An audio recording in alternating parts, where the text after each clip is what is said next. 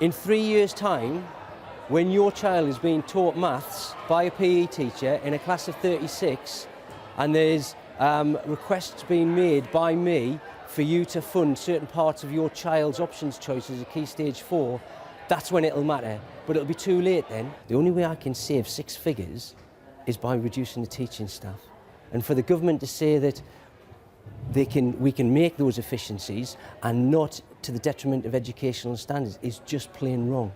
This government is cutting the schools' budget by 6.5% by 2020. And today we learn the proposed national funding formula will leave 1,000 schools across England facing additional cuts of a further 7% beyond 2020.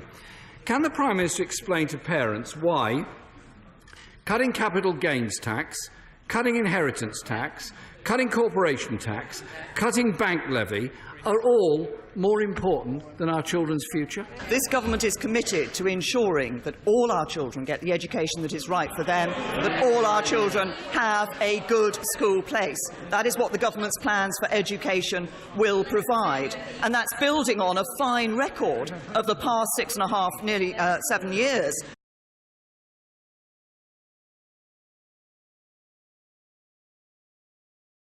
The manifesto on which she fought the last election promised that under a future Conservative government, the amount of money following your child into school will be protected. No wonder even the editor of the London Evening Standard is up in arms about this. Where is he?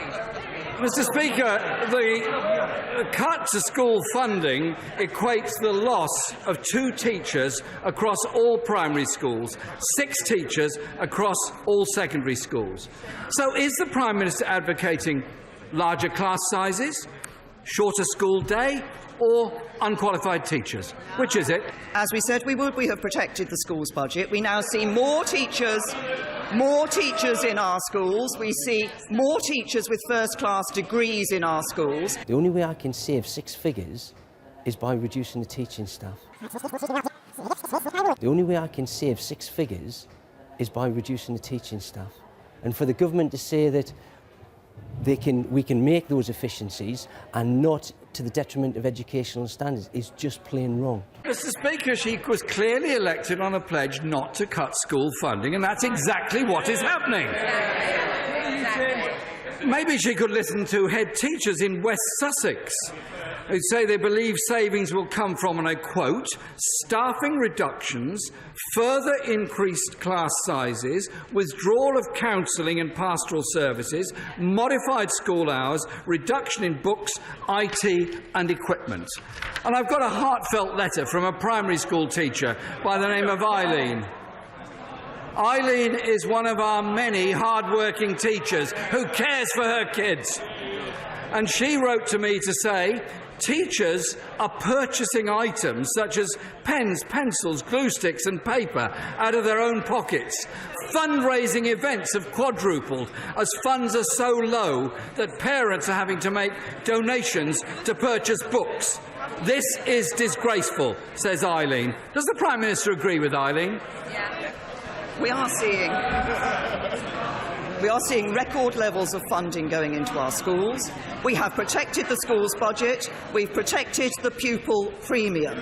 But what matters for parents is the quality of education. Shouldn't keep yelling out, "What about Eileen?" The Prime Minister's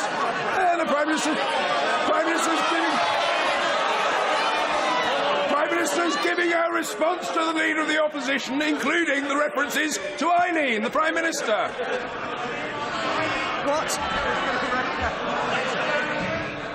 What matters for all of us who are concerned about education in this country is that we ensure that the quality of education that is provided for our children is a quality that enables them to get on in life. Maybe she could have a word with her friend, the member for Cotswolds, who said this week, under this new formula, all my large primaries and all my secondaries will actually see a cash cut in their budgets. And in the budget, the government found no more money for the schools budget, but it did find £320 million for her own special schools, grammar schools, vanity project. So there's no money for Eileen's schools, yet £320 million for divisive grammar schools. What kind of priority is that? How are you doing? All right. Help our schools in the crisis they face in Warwick and Leamington. I've been hearing about that. Great. Save our schools, Thanks, John. Let's look at education as the greatest opportunity for all of our children. But under this Tory government, so many schools around the country, head teachers in a terrible state of stress and distress because they've got to decide which teacher to sack, which teaching assistant to sack, which exam not to enter children for, which subject to write out of the curriculum. Is it right that in 21st century Britain we're asking parents to take part in collections to pay teachers' salaries? It cannot be right. We've got to properly fund our schools so that all of our children, irrespective of the postcode where they were born, get the education they need and we demand to give them. And so I say to teachers, I say to doctors, I say to nurses, I say to those that work so hard in so many of our public services, you've been subject now to 7 years of pay freezes. In reality, you've taken a pay cut year in, year out. And a nurse was telling me this morning, she said, I love my job, I love the health service, I love what I do. But why is it society thinks so little of me that every year I get a pay cut? Come on. There's greater levels of inequality in modern Britain than have been almost ever in our history. It's getting worse and worse because wages are too low, because investment is too low, because our public services are underfunded, and because we have a taxation system that favours the super rich, the wealthy and the big corporations.